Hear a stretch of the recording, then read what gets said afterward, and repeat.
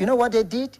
So when it was 1885, they brought a company known as Royal Niger Company. Yes, the Royal Niger Company. And that Royal Niger Company became a political tool for colonialism.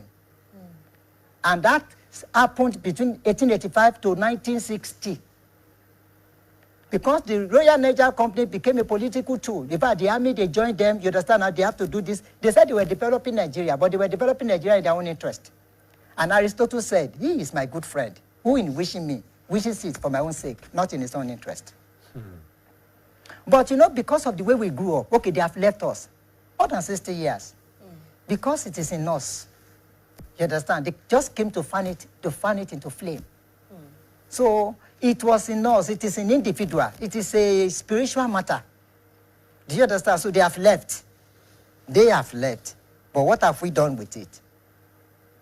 So I will now start. Let us leave the British, because some people will say, it was British, it was that and that. A man saw the cripple with a load tilted on his head.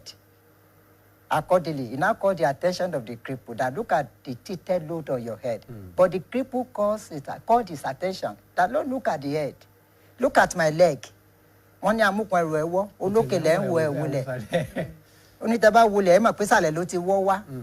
understand? They have left us. Are people not corrupt?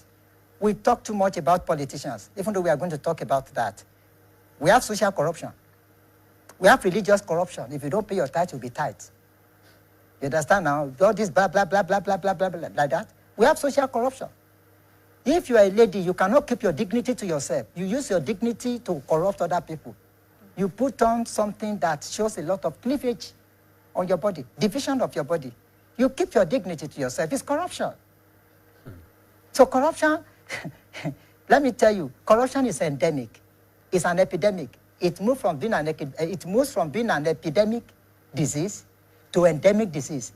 Now from level of endemic disease to pandemic disease. So if you now ask me now to define corruption, I will define corruption that corruption is a problem of pandemic proportion. Wow. A problem of pandemic proportion. It has become pandemic now. It has gone viral. It will only take God to remove it. Are you getting what I'm saying? Yes. It is like a communicable disease. You understand now? That can easily be spread from one person to another. You know, you experience communicable disease through contact. So even if I am not corrupt, if you have contact with somebody who is corrupt, you are going to be corrupt, whether you like it or not. I'm telling you. Because, let me tell you, it is unsafe, to be honest, when corruption becomes a loyalty. When corruption becomes a loyalty to people, it is unsafe for you to be honest, because people will say you are mad. People will say you are crazy. You understand? And when falsehood becomes an institution, truth will sound like a rebellion. When corruption becomes an institution like this, truth sounds like rebellion. So that is why I said the other time that impunity is one of the roots of what? Of corruption. Another root of corruption is nepotism.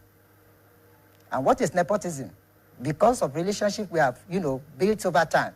If at all you don't deserve to be there, then you put the person there because you want him to benefit from your power. You want him to benefit from you, even though he's not qualified. That's nepotism. You understand? So that is one of the problems we have today. And look at the case of tribalism. And tribalism started after colonialism, after we got independence. And way back, if you can remember, the first coup that took place about 59 years ago. Next month will be what? 60 years. In 1965, January 15, 1965. This coup was staged by a group of majors, 5 majors. We talk about Kaduna, Ezeogu. We talk about Nwobosi. We talk about Ifejuana. Emmanuel Ifejuana graduated from University of Ibadan. If you ever read in the early 80s, there was this 2B. You will see the Olympic. We call it Olympic exercise book. That guy you saw there is that Emmanuel Ifejuana. Very brilliant, intelligent indeed. I give it to him. But you know what happened? He joined the army. When he joined the army, there was a coup. There was another one, Adewale Ademoyega. Then we talk about Anuforo. All these people gathered together. Anu Watelgu. They gathered. It was that Watelgu that killed Akintola. Are you getting what I'm saying now? 5 Igbos, among others. There were about 14, but 5 majors. Do you know what they did? They planned coup. And when they planned the coup, they executed the coup in January 19. And they killed a lot of people. They killed the premier of what? In the north, Sadana Shokoto. It was the one that killed him. You understand now? They killed our father here, Chief Ladoke Akintola. Are you getting what I'm saying? They killed Papa Balewa. But ask me, did they kill Michael Okpara? They didn't kill him. They didn't kill Michael Okpara. He was not killed because it was Igbo coup. He was not killed. Are you getting what I'm saying now? Yes. So now, when another power, one other person, Dr. Nnamdi Azikiwe was leaving the country for Europe in 1965. You understand? As he was leaving the country for Europe, he called the Senate President, Orizu, for Orizu, that, look, okay, you are going to be the acting president. And when the coup took place in January 15, he had to call the man in charge, the president, that there was a coup. Azikiwe told him, he said, look, hand over the power to the commander of the army, an Igbo man, Aguiyi Ironsi. And when Aguiyi Ironsi came to power, he didn't bring them to book to date. Impunity. He did not bring them to book. The people did not now said, okay, look at where corruption, okay, we are going to do our own. That was what we call counter coup. They executed their own. The likes of Danjuma came. Muritala, Lieutenant Muritala Mohammed. You understand now? Then we talk about Abaki Hari. The Abaki Hari we are talking about today. Babangida joined. Buhari joined. And it was unfortunate.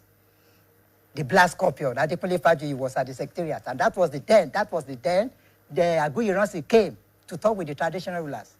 Even though they were aware there was going to be a coup. But that day, you know, Adekunle Fajuyi was a man who wanted to be honest, who wanted to be sincere. When he met with Danjuma, he told Danjuma